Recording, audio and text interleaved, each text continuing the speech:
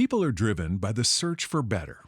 But when it comes to hiring, the best way to search for a candidate isn't to search at all. Don't search, match with Indeed. The hiring process can be slow and overwhelming. Simplify hiring with Indeed. Indeed is your matching and hiring platform. With over 350 million global monthly visitors according to Indeed data, and a matching engine that helps you find quality candidates fast. Ditch the busy work. Use Indeed for scheduling, screening, and messaging so you can connect with candidates faster. Join more than 3.5 million businesses worldwide that use Indeed to hire great talent fast. Listeners of this show will get a $75 sponsored job credit to get your jobs more visibility at Indeed.com/PODKATZ12. That's Indeed.com/PODKATZ12. Terms and conditions apply. You're listening to the Archaeology Podcast Network. This is the CRM Archaeology Podcast. It's the show where we pull back the veil of cultural resources management, archaeology, and discuss the issues that everyone is concerned about. Welcome to the podcast.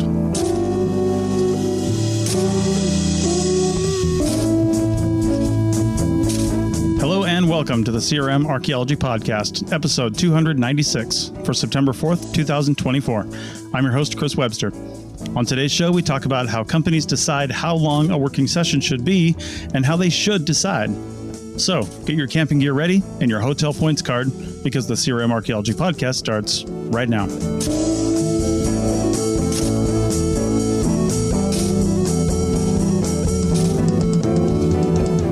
Hello and... Oh, that's not right. Yes. Oh, are we recording this? That should be the intro right there. That's it. You did it perfectly. So for anyone not listening, Chris just giving a monologue speech about how he has starting this episode. And he just blew it, guys. He just blew it. That's classic. Yeah. Oh my God. Yeah, keep this in. Please, Chris, keep this in. Rachel, take that out. He's genius. Okay. Great. Welcome to the show, everyone. Joining me today is Andrew in Southern California. Hey, how's it going, everyone? And Doug in Scotland. Hey, everyone. All right. So on today's show, we are going to talk about another listener email that we got. And, you know, I kind of lost the email a little bit. I'm not sure where it went, so I don't have the person's name that sent it in. But basically, the gist of the whole thing is he works in the Southeast. He's been a field tech there for a while, and now he's kind of moved up in the world a little bit.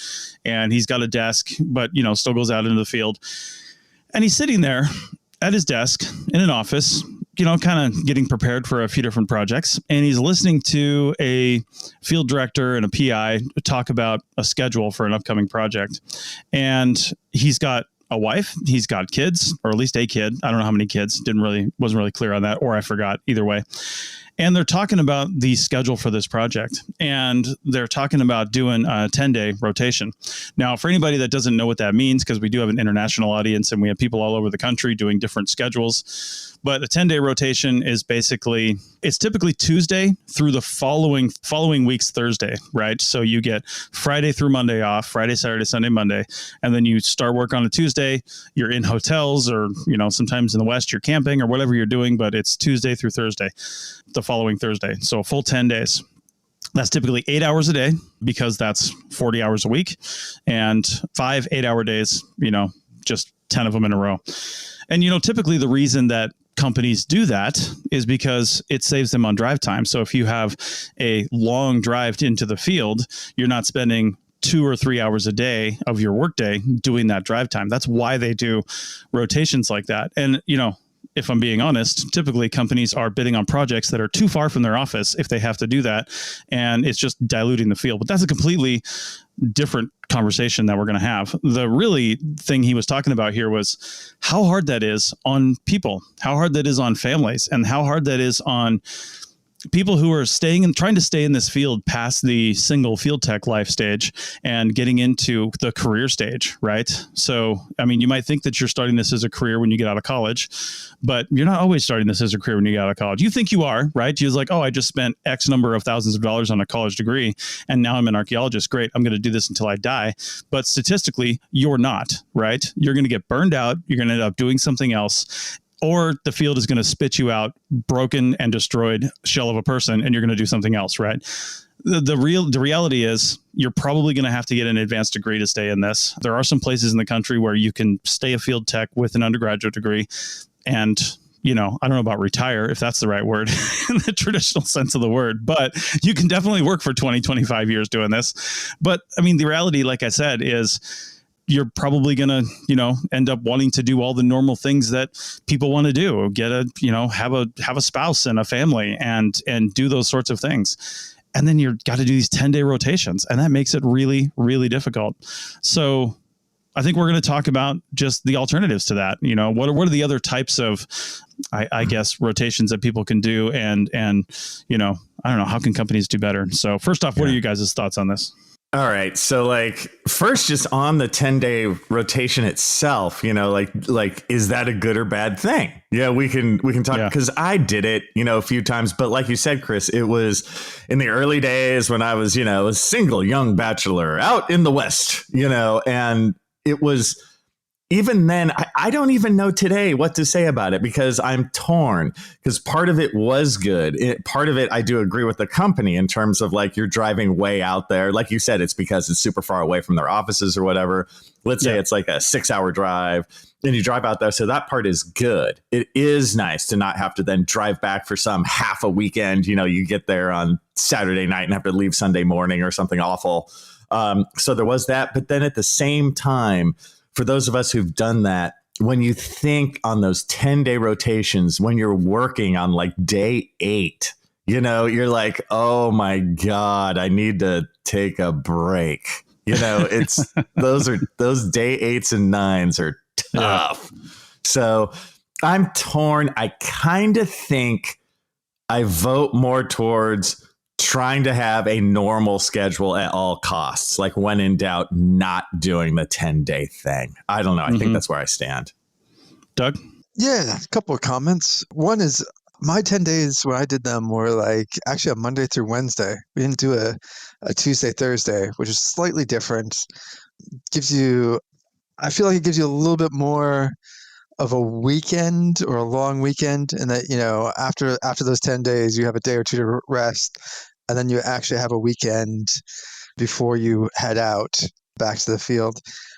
I'll also go slightly push back on if you're bidding a little too far from your organization, if you're having to do stuff like that. I think that does happen. And I'll agree with Chris. That's rarely happens. But I'll agree with Chris. That definitely does happen. But sometimes it depends on your state. You can be in really remote stuff. And I mean, I've actually done camping because it's just so remote, especially if you end up in the West and you're doing a BLM or forestry project where because they have basically a requirement to inventory all that the government owns. Some of that is really, really remote areas. Yeah, for sure. Where it's not actually that far from the office. If you're driving out there, it may be only 100 or 50 miles from the office as the crow flies, but actually getting out there, can take forever because you're out on these tiny little dirt roads that basically take forever. Yeah. So I think it's a bit more mixed than that. I think I'm basically with Andrew in the sense of it wasn't too bad when you're single. Yeah. Mm-hmm. Oh yeah. And I also think it's probably not too bad depending on people later in life as well on, how you like to live. Yeah. Kids isn't for everyone, but even, some families with kids, it might be their thing. Mm-hmm. I think it's there, but I do think that it's a real problem in archaeology. There's actually not a lot of archaeology jobs, and especially if you're in certain states, there's not a lot of jobs. So, I'd say there's not the opportunity a lot of times to be able to choose a different working pattern. You can't go for jobs that are just the Monday through Friday. And I think that's probably a bigger problem, a bit more hurtful. Is not so much, I think it's not a bad thing that, we have different sort of working patterns where it's, Monday through Friday or, a 10-day, and that's not bad. And I've actually, so in the UK, there's a company who's experimenting with the sort of 4-day work week. And, that's a big thing right now.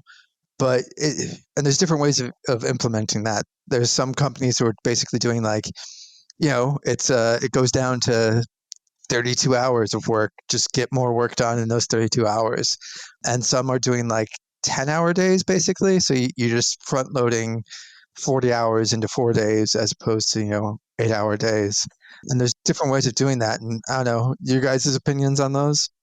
I would just say the 10-day, one more thing about the 10-day, sometimes it's not so bad if it's, the total job might be 2 rotations of 10 days or something, or 3 rotations of 10 days. So there can be an end point. You're not doing it forever. Mm-hmm. You might just be like, well, this month I'm burning this. And the other thing I noticed on those jobs that I was on is it was full of young people like myself and older people like you were talking about, Doug, who are either retired, it's a second career, prime age individuals, as we say in archaeology, were underrepresented. You didn't see the 35-year-old dad, they just weren't there because they couldn't be. Yeah. Yeah. When I was single for a little while before I met Rachel, because we met each other pretty early on in both our careers. So, but when I was single for a little while, the longer I could work, the better, right? Because I was getting per diem when I was working. I was in hotels. I was in, probably nicer hotels, because when I wasn't in hotels, I didn't have a place to live. I didn't have an apartment I was going back to.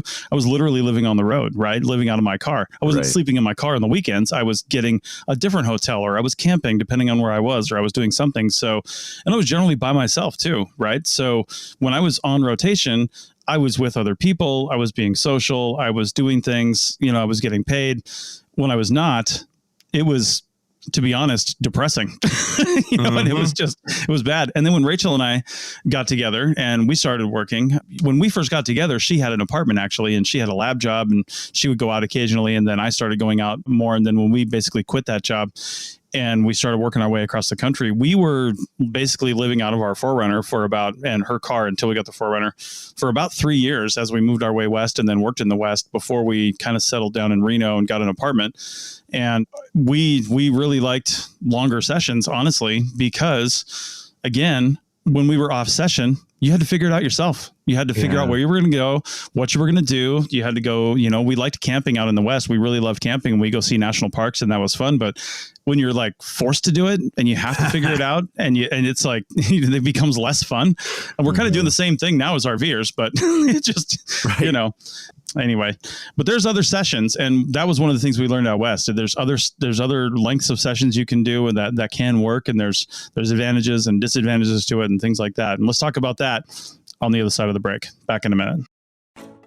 College Savings Iowa is now iSave 529, and it can do more than take your child to college. It's their passport to a bright future, because funds can be used for K-12 tuition, trade schools, graduate degrees, books, and everything they need to get anywhere they want to go. Register by September 30th at iowa529contest.com for a chance to win a $5,290 contribution. iSave 529, for every child, for any adventure. People are driven by the search for better. But when it comes to hiring, the best way to search for a candidate isn't to search at all. Don't search, match with Indeed. The hiring process can be slow and overwhelming. Simplify hiring with Indeed. Indeed is your matching and hiring platform. With over 350 million global monthly visitors according to Indeed data, and a matching engine that helps you find quality candidates fast. Ditch the busy work. Use Indeed for scheduling, screening, and messaging so you can connect with candidates faster. Join more than 3.5 million businesses worldwide that use Indeed to hire great talent fast. Listeners of this show will get a $75 sponsored job credit to get your jobs more visibility at Indeed.com/PODKATZ12. That's Indeed.com/PODKATZ12. Terms and conditions apply.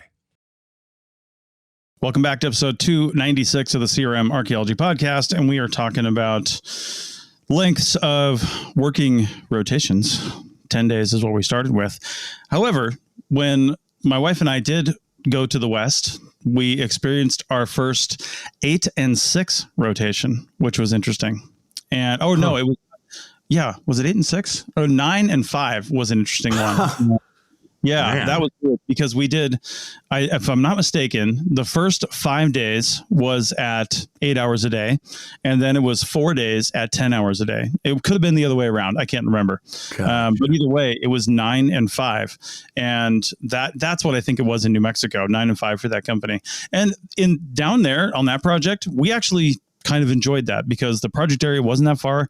Well, it was a little bit ways away. So it wasn't actually a super long day. In fact, I think that's why they were doing a little bit longer days on part of it, was because we did have a little bit of a drive. So we wanted to get some work in, and there was a little bit of a hike to the site too. And there was just like a lot of factors at play there.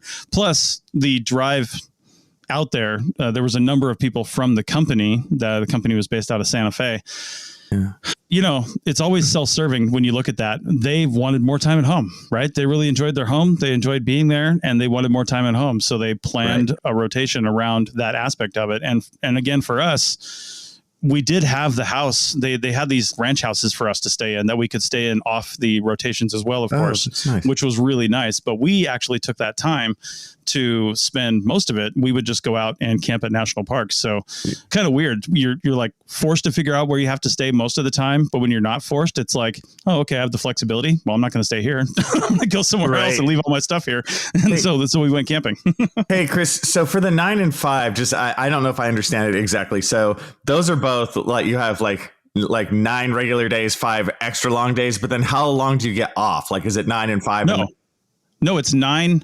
10 working days, 5 days off. Okay, 9 working days, 5 days off. Oh, okay. Yeah. Because that equals 14. Yeah, there you go. There you go. Yeah, and of the 9 days. Gotcha. That's what I meant. Yeah. Of those 9 days, 5 days were 8 hours long, and 4 days were 10 hours long. Yeah. And then also when we got to Nevada, we worked for our first company that did 8 and 6, where every day was 10 hours a day. Mm-hmm. And then you had 6 days off. And again, 100% self-serving for the company. They did not care about us. They were like, we want more time at home. Field techs hated it because we're like, what the hell are we supposed to do for 6 days off? We got 2 days less per diem than every other company that was doing 10 and 4. So they saved money on per diem, and they save money on hotels. They save money on per diem. And we're like, the hell are we supposed to actually do for this 6 days off? This is garbage. And it was just, it was terrible. We literally hated it. And that was the same company that, they were not used to hiring, quote, shovel bums. We were some of their first. And I guess they were getting some bigger projects, and they were used to hiring local field techs that would just jump in the car with them. And I'm like, and these guys, I never understood it too. This is kind of an aside. Some of these local field techs, they would just take like a small carry-on suitcase with them and their field bag, and they would throw that in the back of the 4Runner. And Rachel and I roll up with our own complete 4Runner, 4-door, with everything in it completely packed to the gills, because we live in hotels. We have our camping gear, we have our field gear, we have all our hotel gear, we have everything with us that we own. All of our possessions we own with us in that vehicle. And they're like, well, you can leave in the parking lot, just jump in the field truck for the rotation. We're like, no, we're going to drive this out to the hotel. And they're like, oh, well, that's weird. Well, you're not going to get paid unless you're in the company car. So then Rachel would just drive in the company car, ride in the company car. So one of us got paid on the way out. Oh my God. Rotation. And then I would drive the car out. I'm like, are you actually kidding me right now? They're like, oh, it's our insurance. Shut up. How do other companies figure it out? Yeah. It's like, come on. That is so interesting too, because on the surface, I would find 8 and 6 very attractive, because like with the extra 10-hour days instead of 8, because once you're out there, you know what I mean? It's like, I would prefer to burn that time. So it's so funny selling 8 and 6 to me. I'm like, oh yeah, I would do that. But in your situation, it totally makes sense that you didn't like it. It's all perspective though, right? Yeah. Like in early career, 8 and 6 probably sucks because you have nowhere, if you don't have anywhere to live. Yeah, that's what it's all about. But if you have a place to live, you have a family, and it's all family oriented, then 8 and 6 is optimal, right? So that's why I think companies, need to take in all those factors when they're trying to decide what type of rotation to do. They need to say, what does our crew actually look like? And they never poll the field crew. I was never polled to say, what is your situation when we decide what this rotation is going to look like? No, they make this decision internally and you're told what it's going to look like, right? Yeah. And to be honest, to be absolutely fair, when I was trying to determine what rotations were going to look like when I was doing this for my own company, never once thought about my crew. I was trying to think what is best for the situation that we're going to be in. You were trying to think what is best for Chris, as you just always do. What is best for the contract is what I was actually trying to think. What is... Wait a second. You're a professional. Yeah. I was like, what? And I wasn't concerned with me, actually. I have no kids, Rachel would come down and visit sometimes. I didn't care if I was gone for 10 days. I wasn't trying to shorten it. I actually like being out in the field. I like staying in hotels and I like doing all those kinds. I mean, we live in an RV now. We love to travel. I've always loved to travel. So I wasn't concerned with a longer rotation. Right. And in fact, a lot of times, I never even went home on the 4 days, right? If we were gone, if we were far enough away, I would just stay out there. I'm really thinking about some of these longer projects like this big China Lake project we had, where we actually had apartments rented for 8 months. We had these fully furnished apartments rented where you could just stay there. And sometimes like Rachel would come down, or sometimes we meet halfway in Yosemite for the weekend or something like that, which was really cool. But yeah, anyway, I was trying to think that way, but I don't think companies think enough about the full picture. You know what I mean? I think this right here is actually fascinating and really important. That something as simple as how you structure your work weeks, and your perspective, Chris, is just really awesome because you've been on both sides. You know what I mean? And just that nobody ever thinks of this, and how much smoother a project would ultimately run if this was actually considered and had some time focused on it. Well, it's not even just like the project, but I think it also sort of affects the wider profession and sort of the people we attract as well.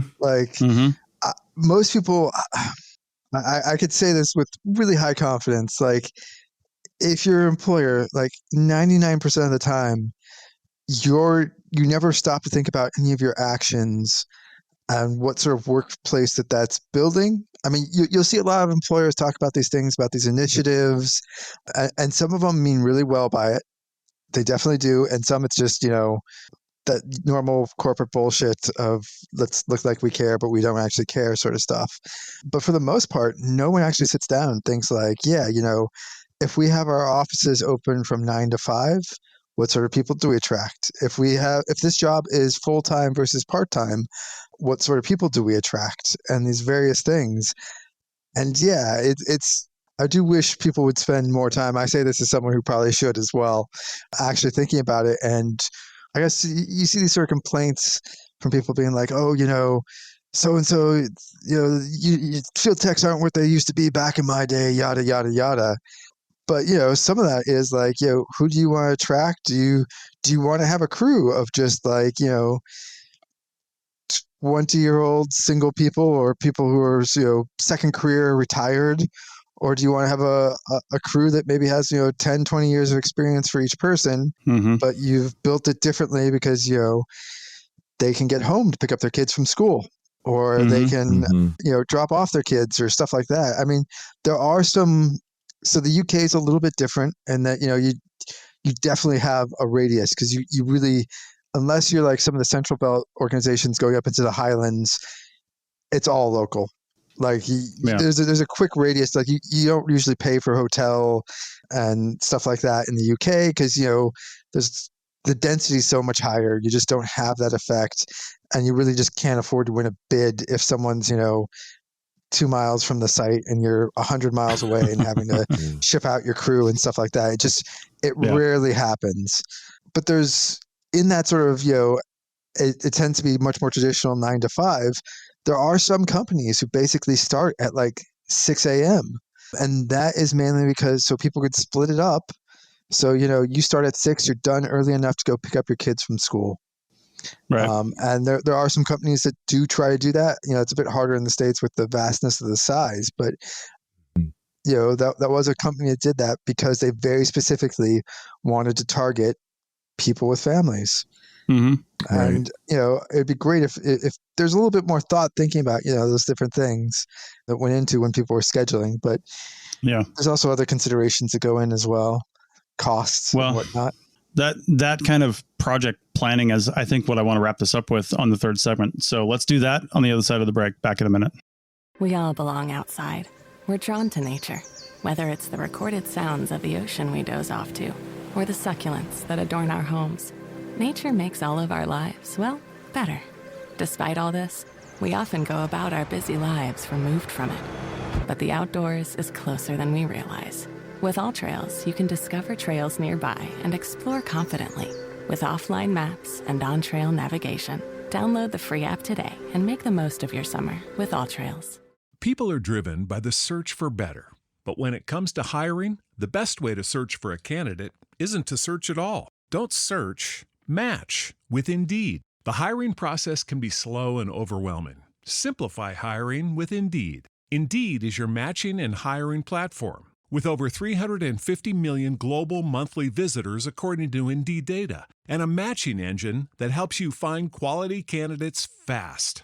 Ditch the busy work. Use Indeed for scheduling, screening, and messaging so you can connect with candidates faster. Join more than 3.5 million businesses worldwide that use Indeed to hire great talent fast.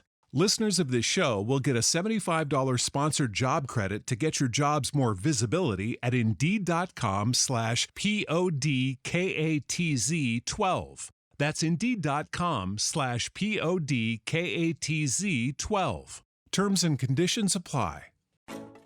College Savings Iowa is now iSave 529, and it can do more than take your child to college. It's their passport to a bright future, because funds can be used for K-12 tuition, trade schools, graduate degrees, books, and everything they need to get anywhere they want to go. Register by September 30th at iowa529contest.com for a chance to win a $5,290 contribution. iSave 529, for every child, for any adventure. Welcome back to episode 296 of the CRM Archaeology podcast. And we're wrapping up this discussion on the length of your working rotations, your 10 days, your 9-6, your 9-5, your 8-6, your 10-4-3-2-1. I don't know, your 25 or 6-4. I don't know what it is. You're just throwing out random numbers. I know. I'm pretty sure I just threw in a Chicago song. But anyway, your 865-309s. So anyway, so I really think that it would behoove a company, right? And I really like somebody to write in or leave a comment or something if you know of a company that's actually doing this, and possibly they are. I have a feeling the motivation is different when you see posts that say, job postings that say locals only, because you do see that.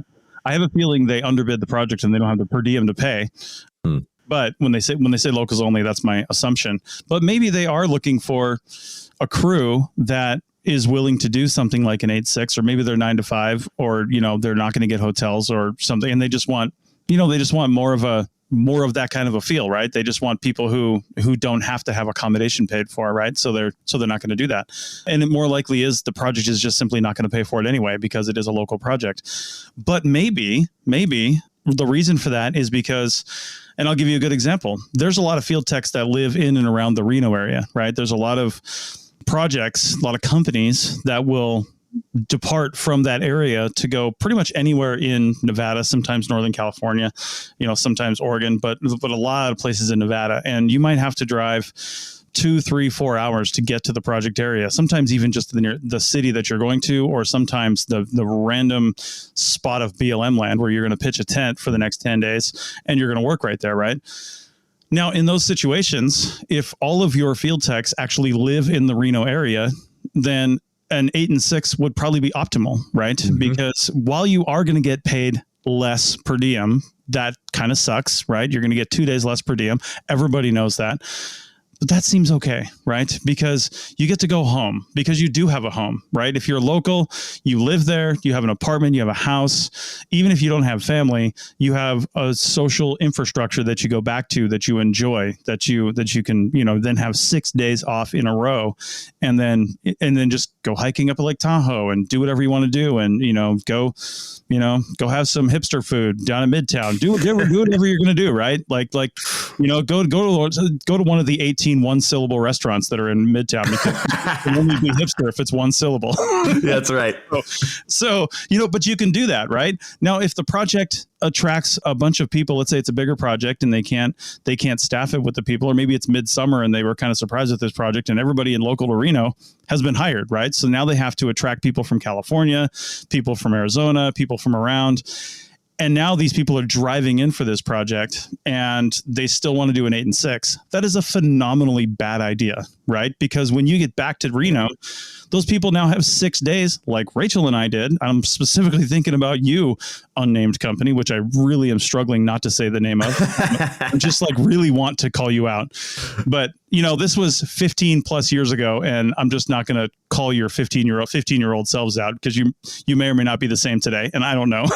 But the point is, that was really tough on us. It was really, really, really tough because you weren't used to hiring shovel bums. And I understand we were the minority on the crew. So maybe you're not going to change your whole ethos for 2 people. I get that. But there was at least one other person on the crew, I think, that did come in from out of town, if I'm not mistaken. I can't quite remember, but I think they did. But either way, if you pull your whole crew before you even start the project and you say, hey, where'd you guys come from? What's going on? What's your deal? And you find out that, hey, most of your crew is from out of town, maybe you should do a 10-day, because that just gives them a little bit more money in their pocket. And it allows for a few extra days for them to not have to find lodging. And you know what? Ultimately, it probably makes them a little bit happier. Now, sure, you're working an extra 2 days, which does kind of suck, but it's, I think you're going to get more productivity. Personally, I think that's going to happen. So anyway, I just, people don't think about that. So yeah. Doug. So I'm going to slightly flip that over on you, Chris. Of course you are. Yeah, of course. I am shocked. Yeah. I'm not going to completely disagree like normal, but yeah. Well, so I think some of those sort of advantages you're thinking of depends really on the project and can disappear. So we've talked about this before, per diem's great, but sometimes actually per diem is nothing. The company books the hotels, so you don't actually get any of that per diem.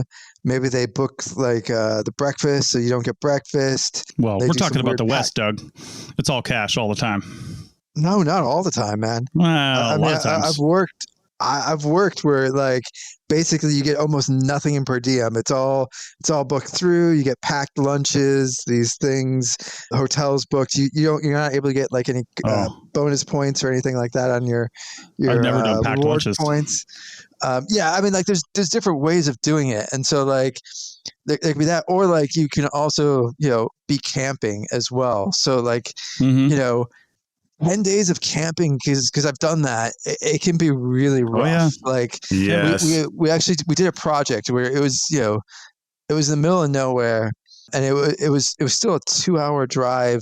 It was a great project for money because we got overtime, because every day was a 10-hour day, because you or 12-hour day, because it was 2.5, 3 hours just to get from the nearest small town that had a hotel out to the middle of nowhere. And they tried to do, got RVs, camping, tents, all these things. But eventually we just went back to, they bit the bullet and just put us at the hotel and ate the drive time. Because it just, camping's great. And if you're built for that, you could do it for a very long time. But, working 10 hours, going back to sleep on hard, cold ground. Well, you didn't buy the right camping gear if you're sleeping on hard, cold ground. Yeah, but I feel the whole camping thing, I kind of agree with Doug. I hate the whole camping thing. And you're like, oh, Mr. Belize, jungle camper, you hate camping? Yes, I do. And I feel like if I've done a really hard, long day, which so much of CRM is, camping is work, to me. And I'm like, when I'm done working, I don't want to work more. I just want to go somewhere and sit down, so I always find the camping situation tough. I want to shovel bum on a camping project for next summer, just on a lark, just as a field tech, and bring my RV. I just want to roll up with 35-foot Class A. You have to do this. To the site. You have to do this. Please do this, Chris. We did the RV thing as well. Yeah, Chris. So you're going to lose your damage deposit. I'll just tell you that right off the bat. You're losing your damage deposit. It's gonna you're gonna be driving along. Yeah. You're going to have those nice little stripes along from all the tree branches just ripping out the paint. Yeah. It's going to be wonderful. But yeah, I don't know. There's that. But like also, you know, some people double up jobs or have other things. So like 6 days off, if you're doing sort of maybe some freelance stuff on the side for other things, it can be actually quite helpful. Yeah. But again, I think this goes back to our whole thing is like, you know, the schedule can actually sort of attract different crowds of people who will be attracted to different types of jobs. And probably the bigger issue is for most people who are listening to this and you're going to be complaining is that you actually don't get that diversity. So I think, yeah, Chris, you didn't want an 8 and 6, but some other people might find it actually works quite well. Yeah. But, you know, again, if you're in a small state or even a big state, there's not going to be a lot of archaeology jobs. There's not going to be a lot of choice. And that can be, I think that could probably be the roughest part is actually not so much whatever your schedule is, but your schedule changing. Like, yeah, you could do those 10 days. You can possibly even have a family on 10-day rotation if you can keep that same schedule and you can plan it out. And, you know, for the next couple of years, you're going to be able to watch the kids these 4 days 100%, and your partner's going to take them, you know, the other ones on the other weekend, and grandparents who can you do every other weekend. You know, there's ways of doing that, but the rough is like you go 10 days and then you do a 6 and 8, or you know, a 5-day work week, and it can really destroy your ability to actually plan for any, you know, semblance of a life.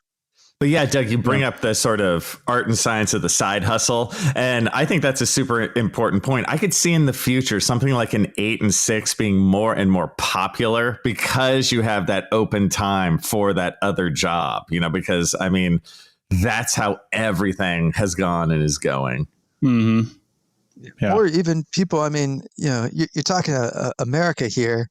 Yeah. You guys don't take much holiday or vacation time. But, you know, like you could actually 6 days is a solid time off. Yeah, it's good. You know, if you actually have some money, or, you know, you are just doing that RVing or the sleeping, you know, we've talked about how you can convert a truck to, you know, semi camper van ish setup. And, you know, there's a lot of different setups you could do. 6 days off is massive. You know, you could fly to Hawaii, go to Hawaiian vacation. How many Americans don't get me wrong. actually can say they get 6 days off and actually take it? Right. Don't get me wrong. If you do it, I mean, if you've got the right situation, it's a freaking dream, right? Yeah. It's an actual dream to have that kind of time. It's just that the whole point of this whole thing is that companies aren't being cognizant of the needs and desires and situations of their crew and actually asking them, like, what is your situation? Right. And I think to wrap this whole thing up, you're never going to make everybody happy. So it's a mixture of people taking jobs based on a faithful representation of the job description and saying, listen, here's the deal. We're doing this. We're doing, you know, 8 and 6, we're doing 9 and 5, we're doing 10 and 4, you know, here's your per diem, here's what you're going to get. Don't take that job if that doesn't fit what you need. I mean, obviously, if you just need the money and you don't have a choice, take it, but don't complain about it because, you know, you took the job. So it is what it is. I would say just a slight complaint on my side is it'd be great if job adverts actually included that information. Oh, you know, for sure. I've looked at so many, and like, it's one of those where like, you've applied, they're like, yeah, you got the job, and you're like, yes. And then you're like, so what are the details? And they're like, welp, I need you on site in 2 hours, and we're doing a 10 and 4 and something like that. And you're like, that's actual garbage. Yeah. Like, you know, terrible. There's a lot of things that like are sort of not put in job adverts. I know, because, you know, they want to get people in, but I think it's a waste of everyone's time, including employers. Yeah. Like, you know, you're calling up, and then like you've hired someone, and then they're like, actually, no, dude, I can't do a 10 and I have kids. I can't do a 10 and 4. And so you've just spent all that time hiring, maybe interviewing them, all that stuff. And it's all blown. So I think, you know, more upfront in your job adverts would go a long way. I've never understood why our Joe Brandon didn't have like a form for people to fill out to submit jobs that had required fields. I actually I have drafted pages for starting a competing service to shovel bums on I don't know, the old Team Black website, maybe the APN website or something. I never really brought it to fruition just because I didn't have the time and resources to really do it. But I really thought about it for a long time, and I drafted these pages, and they have required fields, and it's just like, you can't submit this job unless you have this information. And if it doesn't actually fit that job, you have to say it doesn't fit this job, right? Like, we're not doing this. But every job has some kind of a rotation. If it's 5 and 2, every job has that, right? At least. Yeah. So, like, wait, there is something that fits. What is this 5 and 2 you talk of? That sounds amazing. I know you're at a community college. It's like 2 and 7 or something. Dude, I don't even know what it is. It's completely odd. We can't even bring that up. My actual schedule is freaking weird. It's like 1 and 3 and 2 and not. It just depends on the week. It's completely all over the place. Exactly. But I think Doug, I think you said it earlier, is that, some people say they don't make field techs like they used to. And as an extreme example of that, I'm almost done with it right now, because I feel like I read this a long time ago, but I just picked it up again because of where we were in Connecticut and Massachusetts, Rhode Island, that whole area.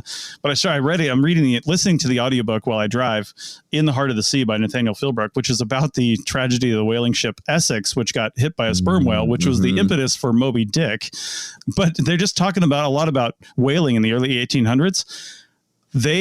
These whaling field techs, if you will, would go out for 3 to 4 years at a time and then come back for like 3 months and then go back again. Like, that was their career. Like, they would only be home for 3-4 months and then head right back out on another whaling ship and be gone for another 3 to 4 years. And they had families. You're saying they were doing like a 7/20/120. Yeah, exactly. What they were doing. Exactly. Yeah. It was terrible. Yeah. Like, we're complaining about this. And I know. The 300, 3000 or something like that. Exactly. The 9720. My God. The 901400. Yeah. It's terrible. All right. Well, anyway, I think we've kind of beat this dead horse. But listen, if you're a company owner or a PI or a field director or somebody who's in charge of writing up these schedules, I would say obviously the budget is king, right? So, and if you didn't budget well, if you weren't in charge of it, do better next time. But think about the potential field crew you might have. Like, if you're always, you know what you get, right? Like, if you've got a resource of field technicians from your local area that you always use, well, then you know what kind of a schedule you can do. You know what they like. So do something that keeps them happy, because quite honestly, they're the ones that keep money coming in the door, right? And if you're the kind of company that is always getting people from who knows where, random places that are always driving in, then again, think accordingly. But at least maybe ask them and see what people like, and you just might get a better product. And if you're a field tech listening to this, well, there's a lot of jobs out there these days. And if you are willing to drive, then you can probably get something that's more favorable to what you want if you just look out there and try to get those things. And if you want to stay local, if you want to have a family, if you want to have a house, then maybe try to, if you're flexible and you can move and you're not committed to one area for whatever reason, which isn't usually the case for a lot of people, and I totally understand that, but try to find some place that maybe has a lot of companies like Reno, or Southern California has a lot of CRM companies. The Bay Area has a lot of CRM companies. There's places in the South, if you like that environment. I don't know who does and why, but if you want to live over there, there's places that have a lot of CRM companies. But live somewhere with a high density of CRM companies, so you have a high density of work available, and then you might not have to move as much. So, all right, any other final comments from you guys? No, I'm going to go on. I'm good. And say I totally agree with you, Chris, and good way to end it. All right. Well, with that, thanks a lot, guys, and we will see you next time. That's it for another episode of the CRM Archaeology Podcast. Links to some of the items mentioned on the show are in the show notes for this podcast, which can be found at www.arcpodnet.com/CRMArchPodcast. Please comment and share anywhere you see the show. If you'd like us to answer a question on a future episode, email us. Use the contact form on the website, or just email chris@archaeologypodcastnetwork.com. Support the show and the network at arcpodnet.com/members. Get some swag and extra content while you're there. Send us show suggestions and interview suggestions. We want this to be a resource for field technicians everywhere, and we want to know what you want to know about. Thanks to everyone for joining me this week. Thanks also for the listeners for tuning in, and we'll see you in the field. Goodbye. See you guys next time. Doug's out on a 10-day. I don't think he's going to do it. Yeah. I think he's on a whaling ship. He might be. My so. intro is a 45 and 5. Yeah, we wait 45 seconds and then I give it 5 seconds. Yeah. Goodbye, everyone.